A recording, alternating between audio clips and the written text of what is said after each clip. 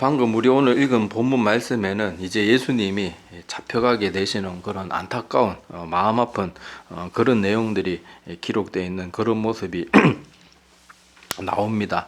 자, 오늘 말씀해 보면 주님께서는 이 땅에 계실 때 아무런 뭐 악한 일을 한 적도 없고 무슨 폭력을 행사한 적도 없고 선한 일만 하시다가 그렇게 뭐 성전에서 사람들을 가르치고 병자들 그렇게 고치고 심지어 죽은 사람 살리기도 하고 그렇게 늘 무슨 돈을 탐닉해서 그렇게 한 것도 아니고 늘 좋은 일만 하셨는데 오늘 말씀해 보면은 이게 사람들이 주님을 잡으러 나올 때 여기 보면 검과 몽치를 가지고 마치 흉악범이나 아주 그렇게 폭력적이고 다른 사람의 목숨을 막 쉽게 빼앗는 그런 흉악한 사람을 그렇게 잡으러 오듯이 사람들까지 동원해서 그렇게 주님을 잡으러 오는 그런 모습을 보면 참 안타까운 그런 모습들이고 마음이 아픈 그런 모습들입니다. 자, 그런데 오늘 이 말씀에 가만히 보면 여기 파송된 물이 검과 몽치를 가지고 그와 함께 하였더라 이렇게 기록되어 있는데, 자, 이게 보면 파송을 한 사람들이 누구라고 되어 있는가 하면 누구라고 되어 있습니까? 거기 43절에 보면 대제사장들, 서기관들, 장로들, 이 사람들이 예수님을 잡으라고 이렇게 무기까지 동원해가지고 마치 무슨 전쟁터에서 적군을 때려잡는 뭐 그런 모습으로 사람을 보낸 거예요. 자, 여기서 우리가 항상 이 모습을 볼 때 기억해야 될 것이 뭔가 하면요. 우리는 교회에 다스리는 위치에 있거나 높은 위치에 있는 사람들이라고 무조건 그 사람들을 따르고 함부로 아무 분별력도 없이 말씀에 비추어 보지도 않고 베레아 성도들처럼 무슨 말씀을 들으면 이게 성경하고 맞는가부터 고민해 봐야 되는데, 사람들이 그런 건 생각하지 않고 그저 이분은 유명한 목사다, 교회가 몇천 명 되는 교회 담임 목사다, 뭐 그러면은 무조건 그 사람의 입에서 나오는 말은 무조건 아멘이에요. 근데 그런 모습이 얼마나 위험한 모습인지를 오늘 이 말씀을 통해서 꼭 기억해야 됩니다. 이거 오늘 예수님을 잡으려고 이렇게 무리하게 검과 몽치까지 들고 와가지고 예수님을 잡으러 보낸 그 무리들을 파송한 사람이 다른 사람도 아니고 대제사장들, 서기관들, 장로들, 이 시대로 말하면은 교회 목사들, 담임 목사들, 그리고 신학자들, 그리고 교회 장로들, 다 교회에서 제일 앞장선 자리에 있는 사람들이 이런 짓을 하고 있다는 거예요. 그래서 우리는 항상 제가 늘 강조드리지만은 신앙생활 할 때 우리는 항상 하나님이 주신 말씀만을 내가 온전히 의지하고 붙들어야 되겠다, 이것을 다짐해야 돼요.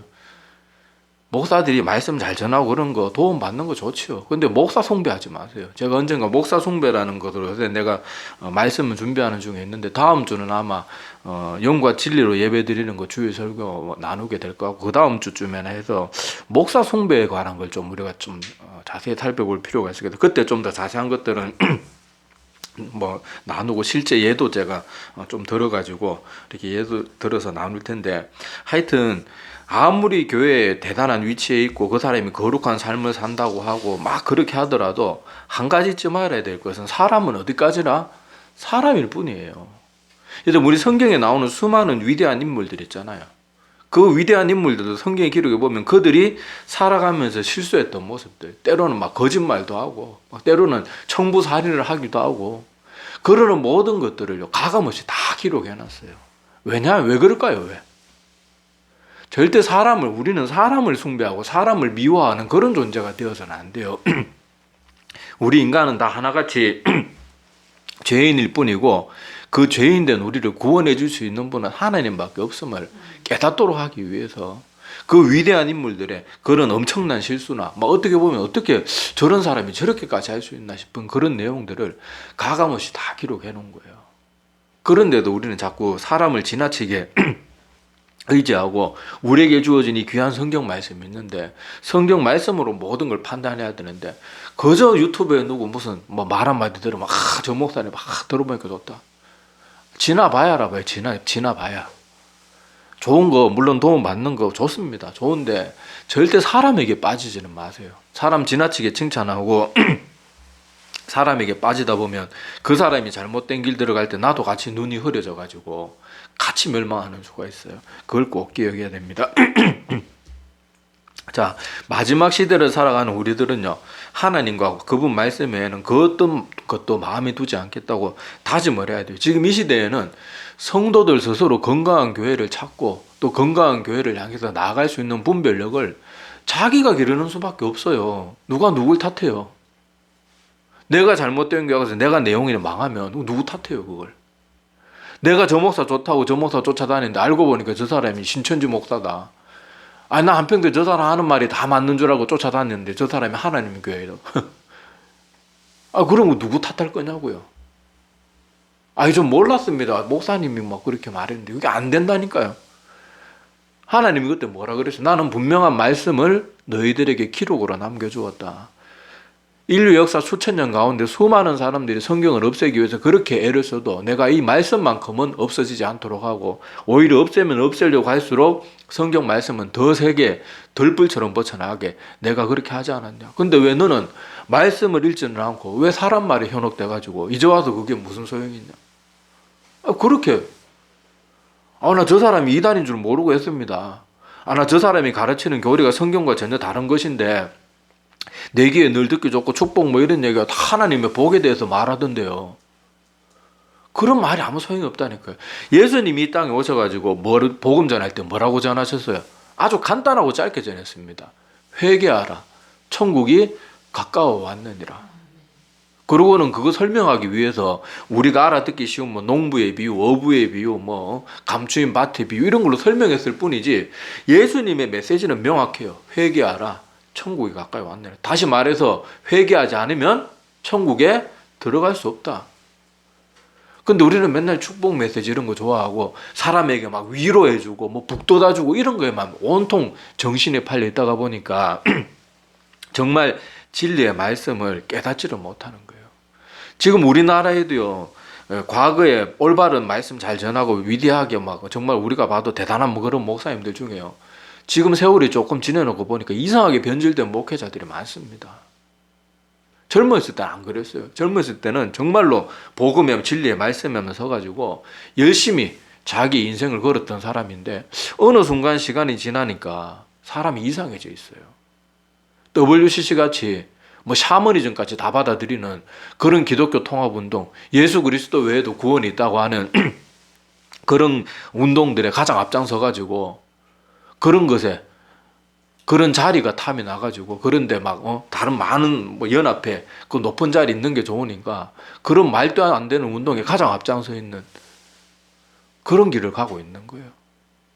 그리고 그 겸손했던 사람이 마치 자기 교회에서 사이비 교주처럼 떠받드는 걸 좋아하고 성도들이 자기 안 그래주면 삐지고 변질되는 거예요. 사람은요, 아무도 완전한 사람이 없어요. 그러니까 우리는 사람에게 소망을 걸지 말고 저 사람이 변질됐다 싶으면 나는 내 믿음을 지키기 위해서 또 다른 건강한 교회, 또 다른 건강한 사역자를 찾을 수 있는 그런 분별력을 내가 기를 수밖에 없는데 그 유일한 능력은 하나님의 말씀 열심히 보는 거 말고는 없어요. 설교 많이 듣는 게 중요하잖아요. 제가 늘 말씀드리잖아요. 혹시 유튜브라도 뭐 제 설교 듣는 분들 제 설교 안 들어도 됩니다. 성경 읽는 게 훨씬 나아요. 성경 말씀 열심히 보는 게 가장 중요합니다. 목사들의 설교는요, 아무리 위대한 사람도 다 치우쳐 있고 모든 걸 다 동일하게 한 설교 내에서 다 전할 수가 없어요. 어떻게 그 짧은 시간 동안 다 전해요? 그러니까 설교는 도움을 받을 뿐이지 내가 성경 말씀을 항상 통독하고 열심히 보면서 내 스스로 분별력을 기르지 않으면 안 됩니다. 그 사역자가 좋다고 더 대단한 무슨 사역자를 발견했다고 그 사람을 지나치게 쫓다가 보면 아까처럼 그 사람이 변질된 길로 가도 그 교회는 그렇게 변질된 길을 간다고 다 경고를 하는데도 그런 교회는 계속 더 부흥한다니까요. 뭐 그 부흥이 하나님 안에서의 부흥을 말하는 게 아니라 그냥 양적인 부흥을 말하는 거예요. 그러니까 이런 것이 참 위험하거든요. 그리고 제가 스스로 사역자가 되어 보니까 정말로 나 자신을 봐도 그래요. 사역자 별거 아니구나. 그리고 저는 아직 결혼 안 해서 자식이 없지만은 내 자식을 믿고 맡길 만한, 내가 이때까지 알고 지냈는 목회자들 중에 만약에 내 자녀를 내가 이 세상을 떠나는데 저 사람에게 맡겨야 되겠다 싶은 목회자가 내가 그동안 수많은 목사들을 만났는데 손에 꼽을 한두 명? 나 자신도 자신 없어요. 그런데 우리가 그런 사람들에게 내 영혼을 건다. 그만큼 어리석은 모습은 없는 거예요. 우리도 우리 자신을 가만히 보면 내가 얼마나 연약하고 실수 많고 내 뜻대로 내 장담대로 살지 못하는 그런 모습이 얼마나 많은지 모릅니다. 그래서 내가 스스로 분별력을 가지고 나를 지키지 않으면 그렇게 언제든지 그 사람이 무너질 때 나도 같이 무너질 수 있다는 것을 꼭 기억하고 분별력을 가지도록 노력해야 돼요. 오늘 이 말씀뿐만이 아니라 예수님이 사역하는 그 지금까지 우리가 살펴보았던 마가복음 앞의 내용들도 보면 계속 예수님을 집요할 정도로 쫓아다니면서 괴롭히고 딴지 걸고 그랬던 사람들이 다 누굽니까? 계속 바리새인들 서기관들 대제사장들이잖아요. 그러니까 우리가 이 교훈을 특히 마음에 새겨야 됩니다. 자, 그리고 그 다음 또 우리가 오늘 말씀에서 살펴볼 내용은요. 지금 이 무리들이 누구를 앞세우고 옵니까? 가룟 유다를 앞세우고 오죠. 가룟 유다. 근데 여러분 알다시피 가룟 유다가 누구였습니까?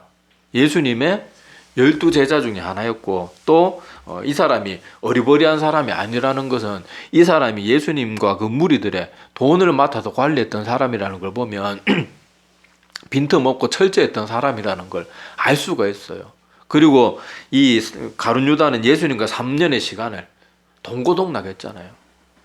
같이 그 힘든 시간들을 같이 보내고 예수님의 그 인자한 모습을 바로 눈앞에서 지켜보았고 산상수훈의 그 모든 가르침을 다 그 자리에서 같이 다 봤을 것이고 심지어 병자 고치는 건 아예 아주 신물 나도록 봤을 거고 심지어 죽은 사람을 살리는 것도 여러 번 봤고 바로 예수님이 이렇게 잡히시기 바로 전에 또 누구 살렸습니까? 모든 사람 보는 앞에서 나사로까지 살리잖아요. 그 모든 것을 다 봤단 말이에요. 그런데 지금은 어떤 모습으로 주님 앞에 서 있습니까? 예수님을 입맞춤으로 팔아버리는 자로 배신자로 서 있는 거예요. 여기서 우리가 무슨 교훈을 또 얻어야 될까요? 우리가 교회 열심히 출석하고 우리가 주님과 가까이 이렇게 지낸다고 물리적으로 이렇게 교회에서 들락날락 많이 한다고 내 믿음이 좋다고 착각해서는 안 돼요. 제가 사역을 해보니까요. 교회에 늘 붙어 사는 사람이라고 다 신앙이 좋은 게 아니더라고요. 교회에 맨날 틈만 나면 교회에서 틈만 나면 교회 와서 왔다 갔다 하는 사람들 중에 그러면서 교회 와서 맨날 목사 흥구하고 교회 흥구하고 중직자들 흥구하고 그러고는 또 카드라 통신 어디서 주워 듣고는 거기 자기 살과 상상력과 심지어 거짓말까지 못해가지고 온갖 소문을 다 퍼뜨리는 사람들 좀 많이 봤어요. 한두 명 본 게 아니에요. 많아요. 교회 안에. 이상하게 세상보다 교회에 그런 사람이 훨씬 많다니까요. 맨날 교회 와서 살고 남들 나오기 힘들어하는 새벽기도 나오고 성경 다 참석한다고 믿음이 좋은 게 아니에요. 내가 물리적으로 교회에 얼마나 가까운 게 중요한 게 아니고 내 영혼이 하나님과 얼마나 가까운가 그것이 정말로 중요합니다. 가룟 유다를 보세요. 3년의 시간 동안 그 힘든 시간을 같이 보냈다니까요. 예수님이 그 이스라엘 여기저기를 얼마나 지금처럼 차가 있는 것도 아니고 말을 타고 다니는 것도 아니고 가난한 목수 아들로 여기저기 다 걸어 다니시고 때로는 길바닥에서 그렇게 제자들하고 노숙하는 일들도 많았을 거예요, 분명히. 근데 그 힘든 시간들 다 보내고 그 모든 기적을 매일 밥 먹듯이 보고 그렇게 했는데도요, 보세요. 주님을 배반하는 거예요. 예수님이 자꾸 나는 며칠 있다 죽을 거다. 십자가에서 잡혀 사람들에게 그렇게 모욕을 당하고 죽게 될 것이다. 그러니까 그만 자기가 생각했던 예수님과 안 맞는 거예요. 예수님은 가차없이 팔아버린 그 모든 증거들을 보고도 사람들이 하나님을 믿는다고 생각하는데 정작 사람들은 하나님을 믿는 게 아니고 자기가 믿고 싶은 걸 믿어요. 믿고 싶은 존재를. 그러면서 자기는 믿음이 좋다고 착각하는 거예요.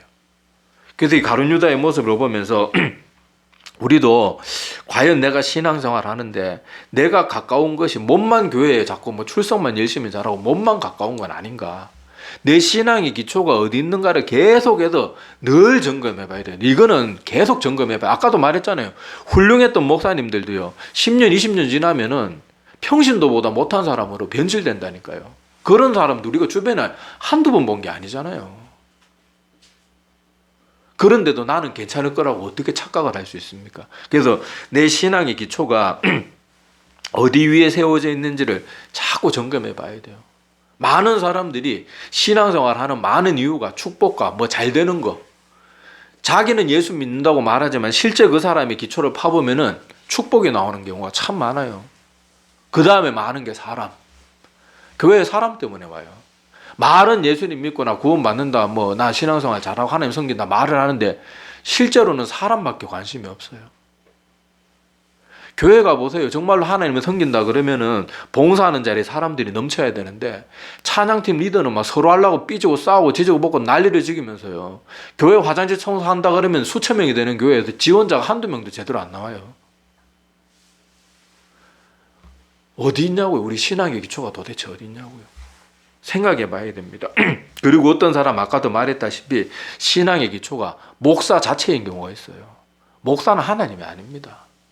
그래서 내 신앙을 계속 점검해 봐야 돼요. 제가 성경 두 군데를 읽어 드릴게요. 자, 고린도전서 3장 10절과 11절입니다. 제가 읽어 드릴 테니까 찾지는 마십시오. 자, 내게 주신 하나님의 은혜를 따라 내가 지혜로운 건축자와 같이 터를 닦아두매 다른 이가 그 위에 세우나 그러나 각각 어떻게 그 위에 세울까를 조심할지니라. 이 닦아둔 것 외에 능히 다른 터를 닦아둘 자가 없으니 이 터는 곧 예수 그리스도라. 나중에 찾아보실 분은 고린도전서 3장 10절에서 11절입니다. 그 메모만 해두시고 자, 그리고 그 다음은 에베소서 2장 19절에서 22절입니다. 에베소서 2장 19절에서 22절. 요것도 제가 읽어드릴게요. 그러므로 이제부터 너희는 외인도 아니요 나그네도 아니요 오직 성도들과 동일한 시민이요 하나님의 권속이라. 너희는 사도들과 선지자들의 터 위에 세움을 입은 자라. 이게 사도들과 선지자의 터라는 것은 구약 성경과 이 복음서에 사도들이 전했던 그 말들. 그러니까 지금 우리로 보면은 구약 성경, 신약 성경 한마디로 성경 말씀을 말하는 거예요. 사도들과 선지자들의 터 위에 세우심을 입은 자라. 그리스도 예수께서 친히 모퉁이 돌이 되셨느니라. 그의 안에서 건물마다 서로 연결하여 주 안에서 성전이 되어가고 너희도 성령 안에서 하나님이 거하실 처소가 되기 위하여 그리스도 예수 안에서 함께 지어져 가느니라. 아멘. 자, 이렇게 기록이 되어 있습니다. 자, 이 말씀을 보면서 여기 다시 말씀드리지만은 가룟 유다는 예수님과 정말로 가까이 지는 그냥 같이 살았잖아요. 사실 3년 동안은 그렇게 살았지만은 같이 살았다고 해서 가룟 유다의 영혼이 변화받지 못했어요. 거듭나지 못한 거예요. 우리도 내가 교회에 열심히 나오고 뭐 주일 예배 꼬박꼬박 참석하는 것만으로 안심해서는 안 됩니다. 안심해서는 안 되고 내 신앙의 기초가 어디에 서 있는지를 자꾸 점검해보고 그렇게 내가 잘못된 길로 가고 있지는 않는지를 날마다 점검해 봐야 돼요. 자, 그리고 주님의 제자들의 모습을 또 봅시다. 자, 주님의 제자들의 모습을 보면 요 앞에서 주님의 제자들이 뭐라고 말합니까? 우리는 절대로 주님을 버리지 않겠습니다 말하는데 요 뒤에 보면 주님의 제자들이 다 어떻게 해요? 예수님을 다 버리고 도망하거든요. 다 도망하거든요. 이걸 보면서 우리는 우리의 자신에 대해서 결코 자만해서는 안 된다는 걸 꼭 기억해야 됩니다. 사람들이요, 막상 맞닥뜨려보지 않으면은, 막상 자기가 그 상황에 처해보지 않으면 몰라요. 어떤 사람들은 예수님이 주님을 버리고, 제자들이 예수님을 버리고 도망하는 이런 모습을 보고 막 아주 하찮다는 듯이 막 비웃고 막 제자들이 이제 저딴 모습일 수가 있냐, 내가 저 있었으면 그런 말 아무도 함부로 못합니다. 지금 이 사람들이요, 군인들을 동원해가지고 아마 이 성전 경비병으로 예상이 되는데 뭐 몸이 가느다랗고 뭐 비리비리한 사람을 그렇게 성전 경비병으로 뽑겠습니까? 다 덩치도 있고 좀 힘 좀 쓰는 사람들을 뽑았을 텐데 그런 사람들이 칼과 무기를, 사람을 죽이는 살인 무기를 들고 그 한두 명이 아니고 무리지어서 왔는데 내가 과연 그 자리에 있다면은 나는 과연 어떤 반응을 보일까? 그렇게 호언장담할 수 있는 게 아니에요. 제가 어디서 들었는지 잘 기억은 안 나는데 이런 말을 들은 기억이 납니다. 자, 어떤 사람이 유혹에 강한 사람이 아니고 그 사람은 아직 강한 유혹을 만나지 않았을 뿐이다. 그 말을 제가 어디 누가 했는 말인지 찾아도 잘 찾을 수가 없어가지고 하여튼 어디서 그런 말을 들은 적인데 그 말이 참 공감이 되더라고요. 저도 인생을 살다가 보니까 한때 내가 막 어떤 사람이 어떻게 사람이 저럴 수가 있나 속으로 그렇게 무시했던 그 모습을 내가 똑같은 실수를 하고 있더라고요. 욕하면서 배운단 말 있잖아요. 난 막 저렇게 비웃고 아유 저게 뭐 욕해놓고는 내가 똑같은 상황이 되면 심지어 나는 그 사람보다 더한 경우가 참 많아요. 그러니까 아무도 자기 자신에 대해서 호언장담해서는 안 되고, 예수님이 우리에게 늘 가르친 것처럼 우리 인간은 항상 하나님 앞에서 겸손할 줄 알아야 돼요. 자만해서는 절대로 안 됩니다. 겸손해서 자꾸 나는 언제 어떻게 될지 모른다, 나도 저 상황이 되면 어떻게 될지 모른다, 그렇게 준비되어 있는 마음으로 그렇게 있어야지. 여러분 그 권투 선수들이나 운동 선수들 중에도 보면요, 막 20선 30연승을 하다가 하루아침에 그냥 KO 당하고 방심하고 교만하다가 인터뷰할 때도 이제 저는 나에게 더 이상 적수가 없습니다, 어떻게 저런 비리비리한 도전자를 저한테 붙입니까, 이렇게 까불다가 그런 사람한테 한 번에 KO 당하고 두 번 다시 재기 못하는 그런 일도 우리 종종 보잖아요. 교만하면 안 돼요. 근데 도전자들 어떻습니까? 내가 저 강한 사람하고 붙어야 된다는 걸 늘 마음에 두고 있으니까 막 뼈를 깎는 고통을 하면서 그것을 이겨내려고 불철주야 노력하는 거예요. 마찬가지 우리 영적으로도요. 자만하면 어느 순간에 한 방에 다시는 재기 못하도록 침몰하는 경우가 있어요. 그런데 내가 나의 약함을 알고 아까 말했듯이 어떤 사람이 유혹에 강한 게 아니고 그 사람 아직 강한 유혹을 만나지 않았을 뿐이다, 그런 말들을 기억하면서 자꾸 자신을 준비하고 닦아나가는 그런 모습이 있어야 됩니다. 그래야지 우리가 그런 어려움이 맞닥뜨렸을 때 그래도 버틸까 말까인데, 우리가 자만하고 교만하게 준비도 안 하고 늘 게으르고 영적으로 나태한 삶을 사는데 우리가 어떻게 그런 일들 앞에서 우리를 어떻게 지키겠어요. 사람은요 그렇게 대단한 그런 존재들이 아닙니다. 자, 여러분 우리 가까운 예로 우리나라도 일제치하 시절이 있었잖아요. 그때 일본이 일제가 어떻게 했습니까? 우리나라 민족성 말살시키려고 다 일본이 믿는 그 신사에 참배하도록 그렇게 했잖아요. 그때 여러분 우리 교회들 어땠어요? 목사들이 어땠어요? 장로들이 어땠고 성도들이 어땠습니까? 별 저항도 없이 저항한 사람도 물론 있긴 있었어요. 그런데 그 수는 얼마 되지 않았습니다. 대부분의 교회, 대부분의 성도, 대부분의 중직자, 사역자들이 별 저항도 하지 않고 다 신사참배 다 했거든요. 근데 여러분 그 시대 예수님 믿었던 사람들이 지금 우리와 비교해 볼 때 우리보다 신앙이 좋았을까요? 안 좋았을까요? 우리보다 훨씬 더 독실한 사람들이었어요. 여러분 평양대봉운동 때 얘기 못 들어보셨습니까? 성경 말씀 하나 들으려고 저 부산 동네에서 평양까지 개나리 보찜 지고요, 걸어서 와서 말씀을 사모했던 사람들. 근데 그런 사람들조차도 신사참배 앞에서 그렇게 한번 저항도 못 해보고 무너지는데, 감히 우리 같은 것들이 이딴 식으로 신앙생활을 해가지고 어떻게 내 신앙을 호언장담할 수 있겠냐고요. 우리는 정신 차려야 돼. 어떻게 보면요, 북한의 지하교회 성도들은요 어떻게 영적인 면으로 보면 안전해요. 그 사람들이 이미 예수 그리스도를 믿는다는 것 자체가 올바른 믿음이 아니고는 그렇게 할 수가 없어요. 근데 우리는 영적으로 겉으로는 평안한데 영적으로는 굉장히 위험한 상태예요. 다들 교회 다니고 난 예수님 믿는다 그러지만 그게 진짜인지 아닌지는 아무도 모르고 심지어 자기 자신도 스스로를 속이는 경우가 많아요. 자기 믿음이 가짜인 경우가 많거든요. 어떻게 할 거예요? 우리가 지금 북한에 떨어져 가지고 내가 신앙생활 할 수 있을까 한번 생각해 보라니까요. 걸리면 다 죽어요. 나만 죽는 게 아니에요. 가족들은 사형당하든지 아니면은 나 하나 때문에 온 가족이 다 아우지탄간 걸려가가지고 죽을 때까지 중노동에 시달려서 인간 취급도 못 받고 병이 걸려도 치료도 못 받고 비참하게 죽어가야 되고, 내 이웃들은 신고 안 했다는 이유로 나 하나 때문에 모진 고초를 다 겪어야 됩니다. 내가 그 상황에서 내가 믿음 생활 할 수 있겠냐고요. 그런데 어떻게 우리가 안심을 합니까? 우리가 이런 상황 가운데 살면서요, 분위기 좋은 커피숍 찾아다니고 하루 종일 전화통 붙들고 몇 시간씩 수다 떨고요, 내 영혼에 눈곱만큼도 도움이 되기는커녕 아무 도움도 안 되는 그런 사람, 그런 장소, 그런 것들 찾아다니는데 혈안이 돼가지고 그러면서도요, 하루에 성경 딱 한 장, 하루에 기도 딱 10분, 그것도 말하면은 바빠서 그거 할 시간 없다 그래요.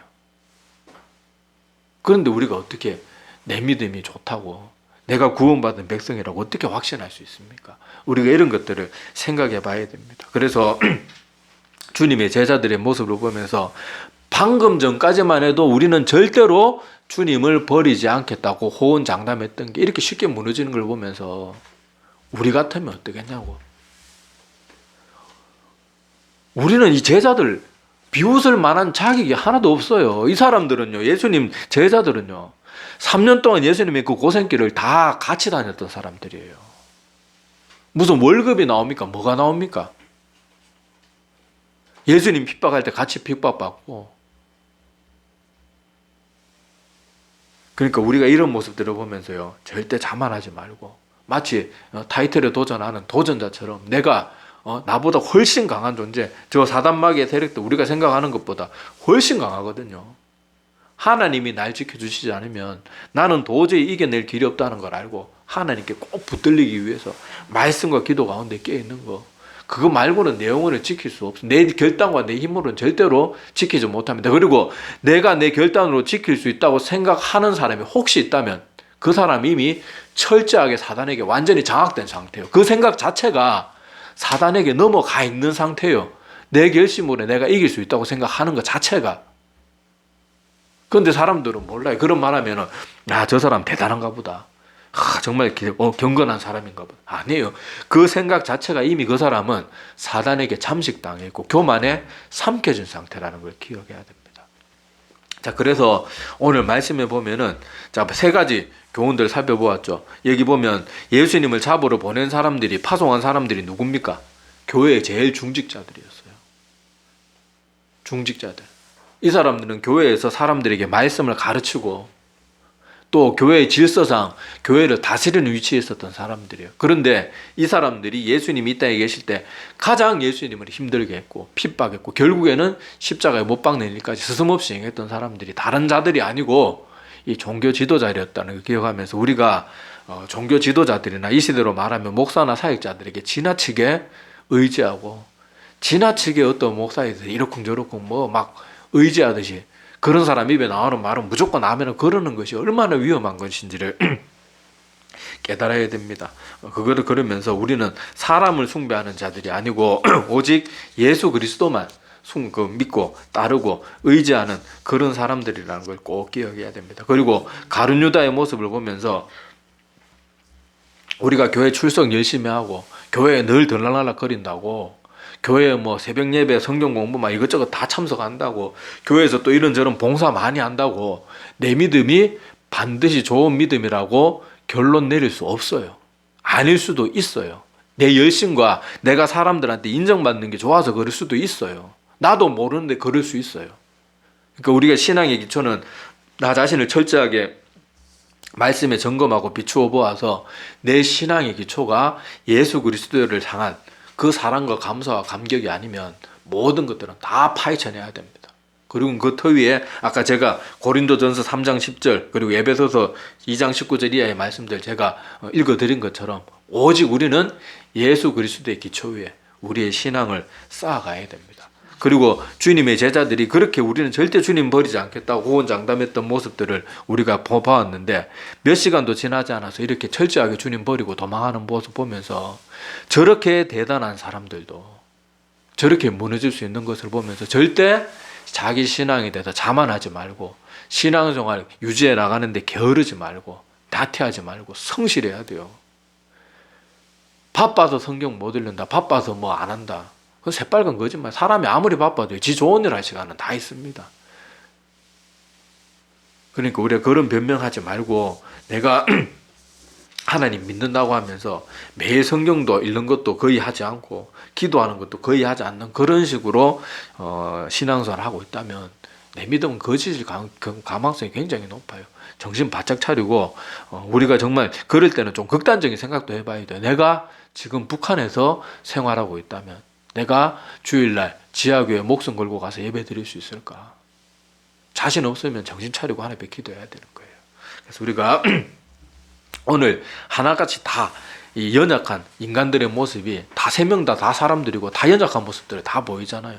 이런 모습들을 보면서 우리 인간이 하나님이 거듭나게 해주시지 않으면 우리는 다 무너지고 배반하고 넘어지고 심지어 하나님을 대적하고 죽이는 자리까지 나아갈 수 있는 그런 연약한 존재라는 거 꼭 기억하고, 더욱더 필사적으로 하나님께 매달리고 붙들고 오직 하나님의 기초, 말씀의 기초에만 서는 우리 모두가 되기를 바라고, 다시 한번 강조드리지만 이 시대는 목사 의지하는 시대 아닙니다. 정신 바짝 차리시고 말씀 열심히 보시기 바랍니다. 예, 기도드리겠습니다.